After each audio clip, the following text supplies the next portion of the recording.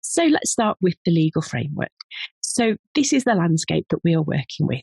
The UK GDPR says itself, this regulation protects fundamental rights and freedoms of natural persons, and in particular, their right to the protection of personal data. Now, this is why I love data protection, because it's about people and it's about protecting their rights. And that's what I'm passionate about. The UK GDPR goes hand in hand with the UK's Data Protection Act 2018. So in the GDPR, you'll find kind of blanket comments and blanket rules that say you must do this.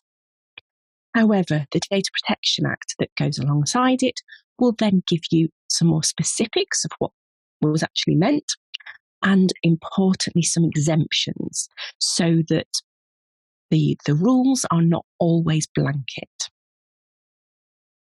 Just to go through some of the terminology that you'll hear when we talk about data protection, processing data means basically anything that you can do with that data, from collecting it all the way through, storing it, using it, sharing it, anything else, through to disposing it, even hitting delete is processing data.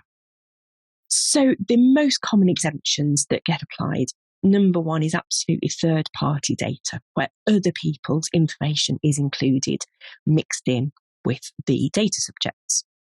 So we'll look at that in a bit more detail. Legal professional privilege does only apply as an exemption where it would apply anyway.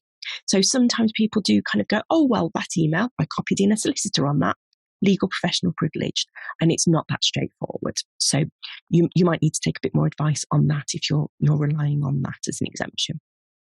Self-incrimination, hopefully this isn't used very often. I've not come across it being used much or at all, actually. But that basically says that if the information you're going to disclose would be self-incriminating, you don't need to disclose it unless it's incriminating you in something to do with perjury or actual Data Protection Act offences.